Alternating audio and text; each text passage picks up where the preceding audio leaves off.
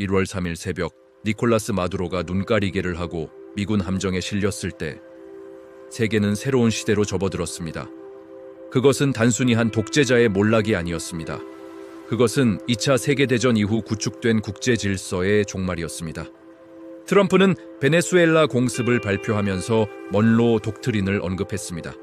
아니, 그는 그것을 돈로 독트린이라고 불렀습니다.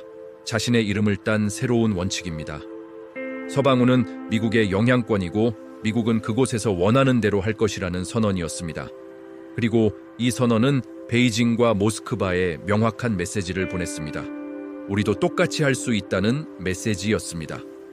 냉전은 끝나지 않았습니다. 그것은 잠시 멈췄을 뿐입니다. 1989년 베를린 장벽이 무너졌을 때 프랜시스 후쿠야마는 역사의 종말을 선언했습니다. 자유민주주의가 승리했고 이제 전 세계가 미국식 모델을 따를 것이라고 믿었습니다. 하지만 그것은 착각이었습니다. 35년이 지난 지금 우리는 새로운 냉전의 한가운데 서 있습니다. 그리고 이번에는 더 복잡하고 더 위험하며 더 예측 불가능합니다. 중국은 이번 사건에 깊은 충격을 받았습니다. 중국 외교부는 미국의 행동을 강력히 규탄했고 국제법의 심각한 위반이라고 비난했으며 마두로의 즉각적인 석방을 요구했습니다. 하지만 말 뒤에 숨겨진 공포를 읽을 수 있었습니다. 중국 대표단이 마두로를 만나고 불과 몇 시간 후에 미군이 카라카스를 폭격했습니다. 마두로는 자신의 띠가 호랑이라며 농담했고 다극 세계를 건설하겠다는 일상적인 외교 수사를 반복했습니다. 그날 밤 새벽 2시 그는 체포되었습니다. 중국은 자신들의 동맹국이 눈 깜짝할 사이에 사라지는 것을 속수무책으로 지켜봤습니다. 중국에게 베네수엘라는 단순한 석유 공급원 이상이었습니다. 그것은 미국의 뒷마당에서 중국의 영향력을 보여주는 상징이었습니다. 지난 20년 동안 중국은 라틴 아메리카 전역에 수천억 달러를 투자했습니다. 항구, 도로, 광산, 통신 네트워크를 건설했습니다. 1대1로의 연장선이었습니다. 베네수엘라는 중국 석유 수입의 4%에서 5%를 차지했습니다. 큰 비중은 아니지만 상징적 의미는 컸습니다. 그리고 이제 그 상징이 무너졌습니다. 중국의 반응은 신중했습니다. 베이징 소재 분석가 시온 레이는 중국이 외교적 항의 이상으로 나아가지 않을 것이라고 말했습니다. 중국은 미국을 강력히 규탄하고 라틴 아메리카 및 카리브 국가들과 협력하여 이것이 옳지 않다고 말할 것입니다. 하지만 중국은 군사적으로 대응하지 않을 것이고 경제 제재도 가하지 않을 것입니다. 왜냐하면 중국은 할 수 없기 때문입니다. 중국은 해외에 단 2개의 군사 기지만 가지고 있는 반면 미국은 800개를 가지고 있습니다. 중국은 역사적으로 호전적이지 않습니다. 그들은 선언문을 발표하고 비판할 것이지만 실질적인 행동은 취하지 않을 것입니다. 하지만 중국 소셜미디어에서는 다른 대화가 벌어졌습니다. 사람들은 즉시 베네수엘라와 대만 사이에 유사점을 그렸습니다. 만약 미국이 카라카스에서 정권 교체를 위해 군사력을 사용할 수 있다면 중국도 타이베이에서 같은 일을 할 수 있지 않겠습니까? 채템 하우스의 분석가들은 중국이 베네수엘라를 대만에 관한 수사에서 인용할 수 있다고 경고했습니다. 만약 미국이 자국 영향권에서 정권을 제거할 수 있다면 중국도 자국 영토라고 주장하는 곳에서 같은 일을 할 권리가 있다고 주장할 수 있습니다. 카타르 하마드 빈 칼리파 대학의 술탄 바라캇 교수는 미국의 베네수엘라 행동이 중국의 대만 접근 방식에 영향을 미칠 수 있는 위험한 선례를 만들었다고 주장했습니다. 베네수엘라 공습 며칠 전 미국은 대만 주변의 중국 군사 훈련을 비난했습니다. 그 훈련은 대만을 봉쇄하고 타이베이를 국제 지원으로부터 차단하고 평화적이든 군사적이든 정권 교체를 위한 창을 만드는 연습이었습니다. 그리고 이제 미국이 정확히 그런 일을 베네수엘라에서 했습니다. 아이러니는 뼈 아픕니다. 러시아의 반응은 더욱 복잡했습니다. 모스크바는 처음에 공습을 규탄했고 베네수엘라 국민과의 연대를 재확인했습니다. 러시아 외교부는 미국의 베네수엘라 공격 구실이 근거 없다고 말했고 마두로 체포 보도가 사실이라면 미국의 행동이 베네수엘라 주권에 대한 용납할 수 없는 공격이라고 했습니다. 하지만 흥미롭게도 블라디미르 푸틴은 공식 성명을 발표하지 않았습니다. 크렘린도 침묵했습니다. 이것은 이상했습니다. 푸틴은 보통 미국의 군사 행동을 비난하는 데 주저하지 않습니다. 그렇다면 왜 이번에는 조용했습니까? 러시아는 신중하게 행동하고 있었습니다. 마두로는 푸틴의 동맹이었고 베네수엘라는 러시아와 오랜 관계를 맺고 있었습니다. 카라카스는 러시아의 우크라이나 침공을 지지했고 두 나라는 에너지 관계와 군사 협력을 공유했습니다. 러시아는 베네수엘라에 S-300 방공 시스템을 설치했습니다. 그리고 이제 그 시스템은 미군 공습을 막는 데 완전히 실패했습니다. 이것은 러시아의 군사 기술에 대한 국제적 신뢰에 큰 타격이었습니다. 시리아와 이란에서도 실패한 후 이제 베네수엘라에서도 실패했습니다. 하지만 러시아에게 마두로의 제거가 모두 나쁜 소식은 아니었습니다. 모스크바는 이 위기를 자신에게 유리하게 활용할 방법을 찾고 있었습니다. 베네수엘라 위기는 모스크바와 워싱턴의 관계에서 민감한 순간에 발생했습니다. 러시아는 우크라이나 평화 협상에서 가장 유리한 조건을 얻기 위해 트럼프 행정부의 환심을 사려고 노력하고 있었습니다. 백악관과의 다리를 태우고 싶지 않았습니다. 베네수엘라는 훌륭한 변명거리를 제공했습니다. 우크라이나 평화 협상에 대한 압력이 완화되는 것은 러시아에게 이득이었습니다. 더 중요한 것은 이념적 차원이었습니다. 트럼프의 베네수엘라 개입과 그것을 뒷받침하는 외교 정책 입장, 즉 서반구에서 미국의 권력과 지배력을 재확립하려는 욕구는 러시아와 일치했습니다. 푸틴도 소련 붕괴 후 상실된 유럽과 중앙아시아에서 러시아의 영향권을 재확립하기를 원합니다. 푸틴은 1991년 소련 해체를 20세기 최대의 지정학적 재앙이라고 묘사했습니다. 트럼프가 서방에서 미국의 패권을 재확립하는 데 집중하면 러시아가 자신의 뒷마당에서 똑같이 할 수 있다는 추측이 있었습니다. 로이터는 러시아가 라틴 아메리카의 동맹국을 잃었지만 트럼프의 영향권 분할로 이익을 얻기를 희망한다고 보도했습니다. 트럼프가 서반구에 집중하고 잠재적으로 거기에 발이 묶인다면 푸틴과 시진핑에게는 받아들일 만한 것 이상입니다. 러시아는 우크라이나에, 중국은 대만에 집중할 수 있기 때문입니다. 이것이 영향권의 논리입니다. 당신은 당신의 영역을 가지고 나는 내 영역을 가집니다. 서로의 사업에 간섭하지 않습니다. 하지만 이 논리는 작동하지 않을 수 있습니다. 뉴 스테이츠먼의 분석은 트럼프가 불량 초강 대국의 새로운 시대를 열었다고 주장했습니다. 베네수엘라 공습으로 미국은 러시아와 중국과 함께 세계를 영향권으로 나누는 대열에 합류했습니다. 하지만 이것은 미래의 미국 노력을 치명적으로 훼손합니다. 러시아가 우크라이나에 개입하거나 중국이 대만에 개입하는 것을 반대하기가 어려워집니다. 푸틴의 지지자들은 트럼프의 행동과 러시아가 자신의 영향권 내에서 비우호적인 정부를 제거하기 위해 개입하는 것, 심지어 볼로디미르 젤렌스키를 체포하여 모스크바에서 재판에 세우는 것 사이에 무슨 차이가 있냐고 물을 것입니다. 시진핑이 대만 총통 라이칭더를 위험한 분리주의자로 본다면 트럼프의 새로운 독트린에 따라 자신의 뒷마당으로 간주하는 곳에서 중국의 이익을 보호하기 위해 행동할 정당성을 주장할 수 없겠습니까? 이것이 영향권 정치의 위험입니다. 한번 상자를 열면 닫을 수 없습니다. 모든 사람이 같은 규칙을 따를 것입니다. 아니, 규칙이 없습니다. 힘이 있는 자가 원하는 것을 하고 약한 자는 당해야 합니다. 투키디데스가 아테네를 묘사할 때 한 말입니다. 국제법은 이제 선택사항이 되었습니다. 슬로바키아 총리 로베르트 피코는 미국의 베네수엘라 군사행동을 2차 세계대전 후 창설된 세계 질서의 붕괴에 대한 추가 증거라고 비판했습니다.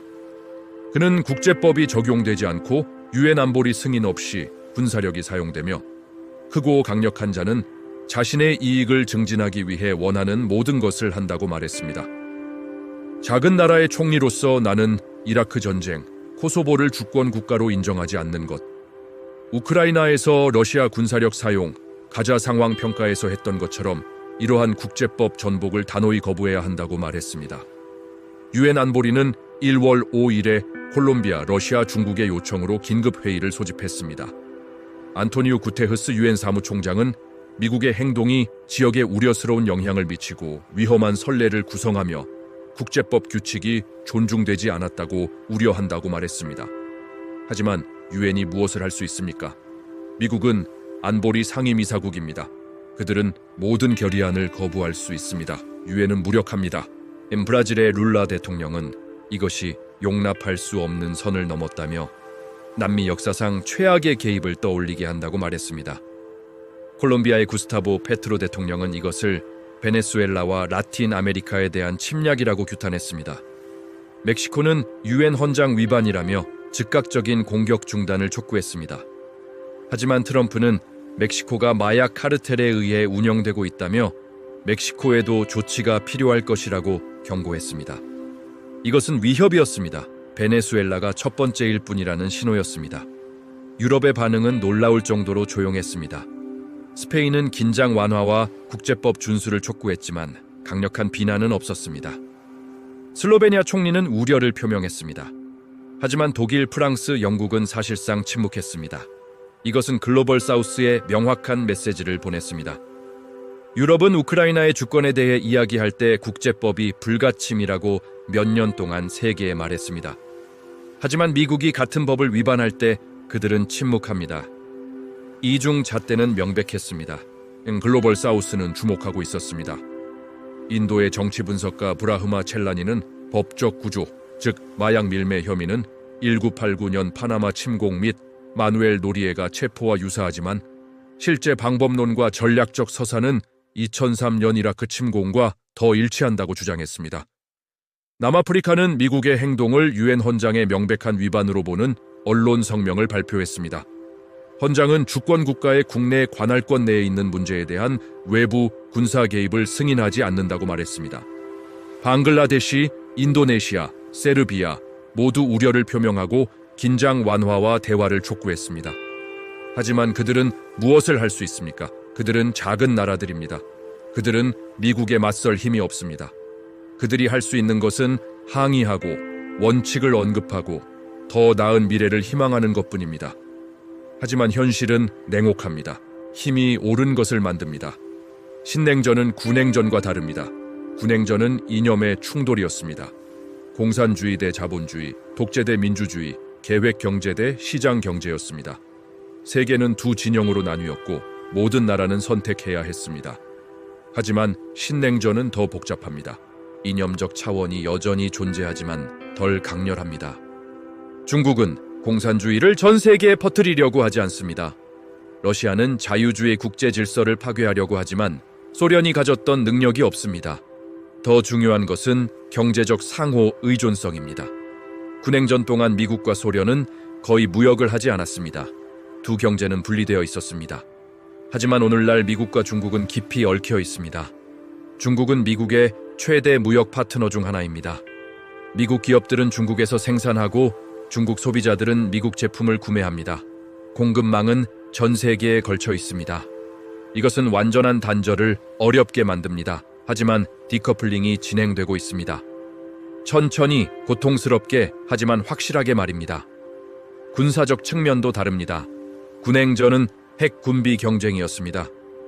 상호 확증 파괴가 직접 충돌을 막았습니다. 오늘날 미국은 여전히 압도적인 핵 우위를 가지고 있지만 중국은 빠르게 따라잡고 있습니다. 중국은 핵 무기고를 확장하고 있고 2030년대까지 미국과 동등해질 수 있습니다. 이것은 전략적 균형을 바꿀 것입니다. 만약 중국이 핵 동등성을 달성한다면 재래식 전쟁의 가능성이 증가합니다. 공격자가 핵 공격을 받지 않을 것이라고 확신한다면 제한된 재래식 전쟁을 시작하는데 더 자신감을 가질 것입니다. 대리 전쟁도 돌아왔습니다. 우크라이나는 사실상 나토와 러시아 사이의 대리 전쟁입니다. 중동에서 이란과 이스라엘의 충돌은 더 넓은 지역 경쟁의 일부입니다.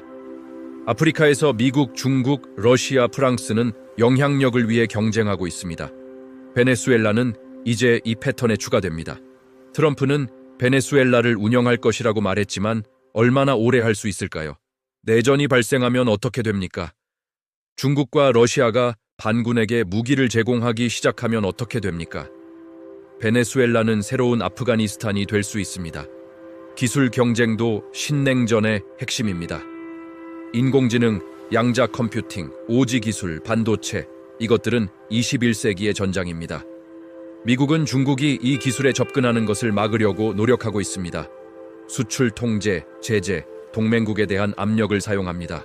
중국은 자급자족을 추구하고 있습니다. 자체 반도체 산업을 구축하고 자체 인공지능 모델을 개발하고 자체 공급망을 만들고 있습니다. 이것은 세계 경제를 두 개의 기술 블록으로 나눌 것입니다. 동맹 구조도 진화하고 있습니다. 군행전은 명확했습니다. 나토 대 바르샤바 조약, 서방 대 동방이었습니다. 신냉전은 더 유동적입니다. 중국과 러시아는 전략적 파트너십을 맺고 있지만 진정한 동맹은 아닙니다. 러시아는 중국의 주니어 파트너가 되는 것을 원하지 않습니다. 이란과 북한은 중러 블록에 가깝지만 그들 자신의 의제를 가지고 있습니다. 인도는 쿼드의 일원이지만 중립을 유지하려고 합니다. 터키는 나토 회원국이지만 러시아와 협력합니다. 동남아시아 국가들은 미국과 중국 사이에서 균형을 맞추려고 합니다. 가장 큰 차이는 아마도 미국의 리더십일 것입니다. 군행전 동안 미국은 일관된 전략을 가지고 있었습니다. 봉쇄였습니다.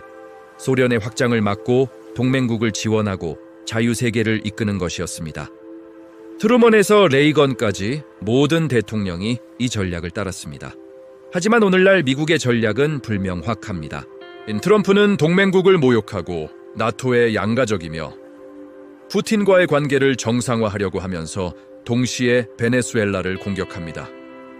그는 중국을 가장 큰 위협이라고 말하면서도 시진핑과 큰 경제 거래를 하고 싶어 합니다. 일관성이 없습니다. 이 불확실성은 위험합니다. 동맹국들은 미국을 신뢰할 수 있는지 의문을 품습니다. 적들은 레드라인이 어디인지 확신하지 못합니다. 미네남보회의는 미국에 대한 유럽의 신뢰에 심각한 타격을 입혔습니다. 캐나다와 멕시코는 관세, 위협, 모욕으로 소외되고 있습니다. 유럽, 캐나다, 멕시코를 제외한 미국 영향권은 생각할 수 없습니다. 워싱턴은 단기적으로 일부 문제에 대해 그들을 강제할 수 있을지 모르지만 중장기적으로는 그들 중 누구도 강제할 능력이 없습니다. 베네수엘라 사건은 신냉전을 가속화했습니다. 그것은 힘의 정치가 돌아왔다는 것을 보여줬습니다. 국제법은 약하고 유엔은 무력하며 강대국은 원하는 것을 합니다. 중국과 러시아는 메모를 받았습니다. 그들은 이제 자신들의 영향권에서 더 대담하게 행동할 정당성을 느낍니다. 이란은 가장 우려하고 있습니다. 거리에서의 시위는 경제적 성격을 띠고 있지만 훨씬 더 깊은 공명을 가지고 있습니다. 미국이 정권 교체 베네수엘라 사건은 신냉전을 가속화했습니다. 그것은 힘의 정치가 돌아왔다는 것을 보여줬습니다. 국제법은 약하고 유엔은 무력하며 강대국은 원하는 것을 합니다. 중국과 러시아는 메모를 받았습니다. 그들은 이제 자신들의 영향권에서 더 대담하게 행동할 정당성을 느낍니다. 이란은 가장 우려하고 있습니다. 거리에서의 시위는 경제적 성격을 띠고 있지만 훨씬 더 깊은 공명을 가지고 있습니다. 미국이 정권 교체 베네수엘라 사건은 신냉전을 가속화했습니다. 그것은 힘의 정치가 돌아왔다는 것을 보여줬습니다. 국제법은 약하고 유엔은 무력하며 강대국은 원하는 것을 합니다. 중국과 러시아는 메모를 받았습니다. 그들은 이제 자신들의 영향권에서 더 대담하게 행동할 정당성을 느낍니다. 이란은 가장 우려하고 있습니다. 만약 미국이 베네수엘라에서 정권 교체를 위해 직접 군사작전을 감행할 수 있다면 이란에도 같은 일을 할 수 있지 않겠습니까? 테헤란은 더 강경한 입장을 취할 수 있고 핵무기 개발을 가속화할 수 있습니다. 북한도 메시지를 받았습니다. 김정은은 베네수엘라를 보면서 자신의 핵무기가 얼마나 중요한지 재확인했을 것입니다. 마두로는 핵무기가 없었기 때문에 제거되었습니다. 김정은은 그런 실수를 하지 않을 것입니다. 북한은 핵 프로그램을 절대 포기하지 않을 것이고 협상은 더 어려워질 것입니다. 핵 확산이 증가할 것입니다.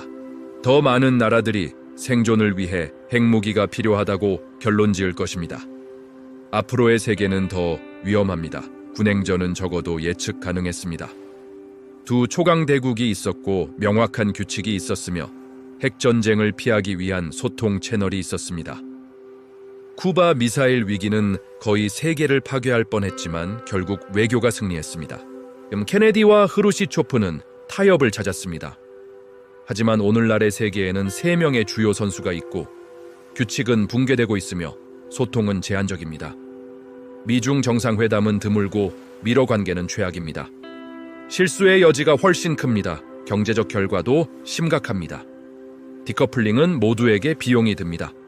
효율성이 감소하고 가격이 상승하며 혁신이 느려집니다. 글로벌 공급망이 붕괴되면 제품은 더 비싸지고 덜 이용 가능해집니다. 투자가 감소하고 성장이 둔화되며 빈곤이 증가합니다. 지난 30년 동안 세계화는 수억 명을 빈곤에서 구했습니다. 탈세계화는 그 과정을 역전시킬 것입니다. 작은 나라들이 가장 고통받을 것입니다. 그들은 선택을 강요받을 것입니다. 미국과 함께할 것인가, 중국과 함께할 것인가. 중립은 점점 더 어려워집니다. 무역, 투자, 기술 접근은 지정학적 입장에 의존할 것입니다. 잘못된 편을 선택하면 심각한 결과를 초래할 것입니다. 제재, 투자 철회, 기술 차단이 뒤따를 것입니다.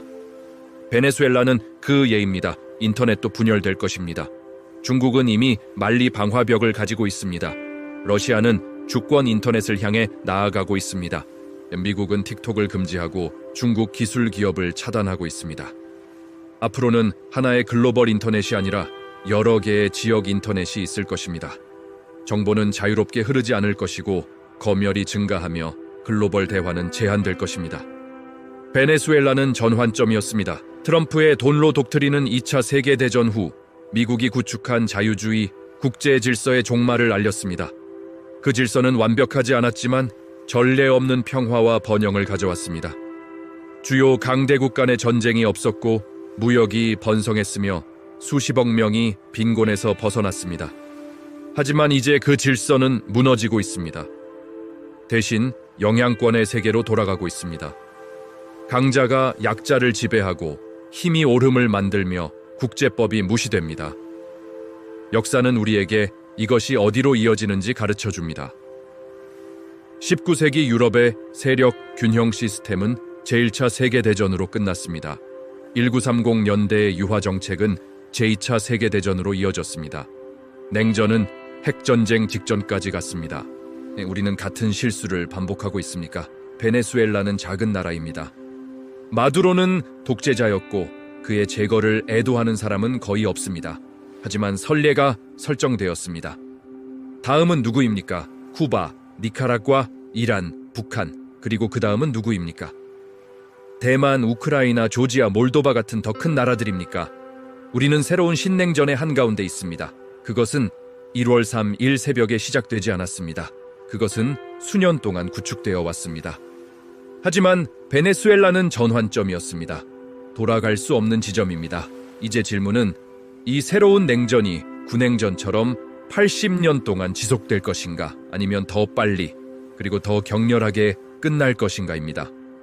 그리고 끝날 때 그것은 평화로울 것인가 아니면 재앙적일 것인가입니다. 답은 아무도 모릅니다. 하지만 한 가지는 확실합니다. 세계는 이제 더 위험한 곳이 되었습니다. 그리고 그것은 카라카스의 한밤에 시작되었습니다.